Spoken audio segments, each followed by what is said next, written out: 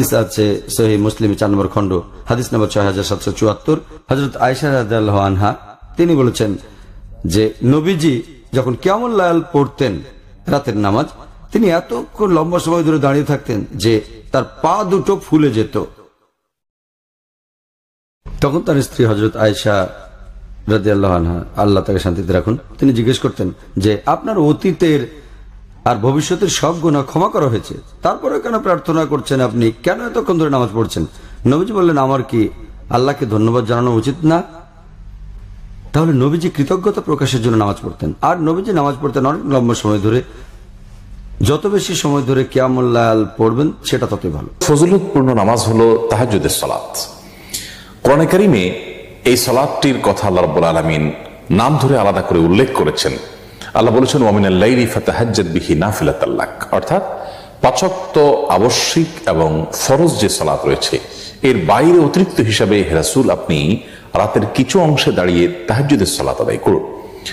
বান্দা আল্লাহ রাব্বুল আলামিনের খুব বেশি নৈকট্য লাভ করতে পারে, কাছাকাছি যেতে পারে তাহাজ্জুদের সময় অর্থাৎ ভোর রাতে। এরকম একটা হাদিস যেটা শেখ আলবানির মতে একটা সহিহ হাদিস, এটা আছে বাইহাক্কিতে।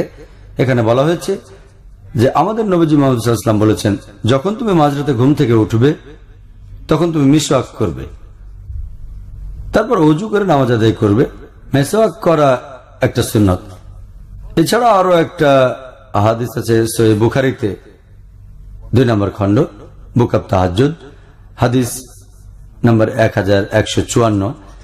সেখানে আমাদের নবীজি মুহাম্মদ সাল্লাল্লাহু আলাইহি ওয়াসাল্লাম বলেছেন, এখানে বলেছেন যদি কেউ মাঝরাতে ঘুম থেকে উঠে পড়ে সে বলতে পারে, লা ইলাহা ইল্লাল্লাহু ওয়াহদাহু লা শারীকা লাহু লাহুল মুলকু ওয়া লাহুল হামদু ওয়া হুয়া আলা কুল্লি শাইইন কাদির আলহামদুলিল্লাহ সুবহানাল্লাহ ওয়া লা ইলাহা ইল্লাল্লাহু আল্লাহু আকবার ওয়া হাওলা ওয়া লা কুওয়াতা ইল্লা বিল্লাহ।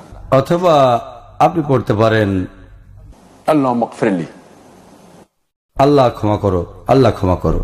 তাহলে ঘুম থেকে উঠে এই দোয়াগুলো পড়তে পারেন। কিয়ামুল লাইল একটি হলো তাহাজ্জুদ। তো কিয়ামুল লাইল বা রাত জেগে সালাত আদায়, সেটা কিন্তু রাতের শুরুতে অর্থাৎ এশার সালাতের পর থেকে নিয়ে যে কোনো সময় কিংবা রাতের শেষ ভাগে ফজর আগ মুহূর্ত পর্যন্ত যে কোনো সময় সালাত আদায় করুক না কেন, পুরো সালাতটাই সবগুলোকেই সাধারণভাবে কিয়ামুল লাইল বলা হয়।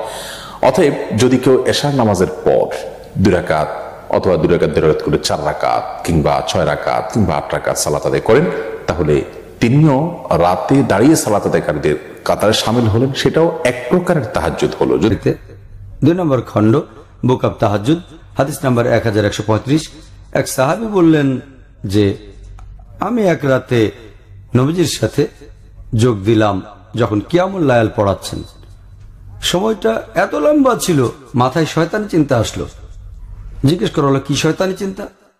তার ইচ্ছে হয়েছিল বসে পড়বে আর নবীজি দাঁড়িয়ে থাকবেন, তার মানে সময়টা অনেক লম্বা। এছাড়াও আরেকটা সহিহ হাদিস আছে সুনান আবু দাউদ 1 নম্বর খণ্ড বুক অব সালাহ হাদিস নাম্বার 873।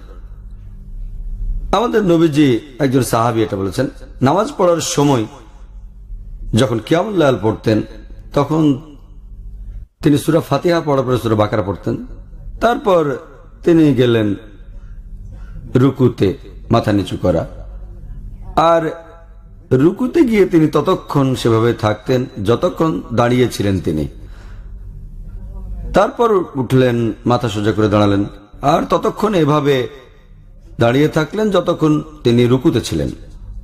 তারপর সেজদায় গেলেন। এর আগে তিনি রুকুতে বলেছেন সুবহান রাব্বিয়াল আযীম, সকল প্রশংসা আল্লাহর। এরপর সেজদায় বলেছেন সুবহান রাব্বিয়াল আলা, সকল প্রশংসা আল্লাহ যিনি সবার উপরে। আর তিনি ততক্ষণ সেজদায় থাকতেন এর আগে যতক্ষণ তিনি দাঁড়িয়েছিলেন।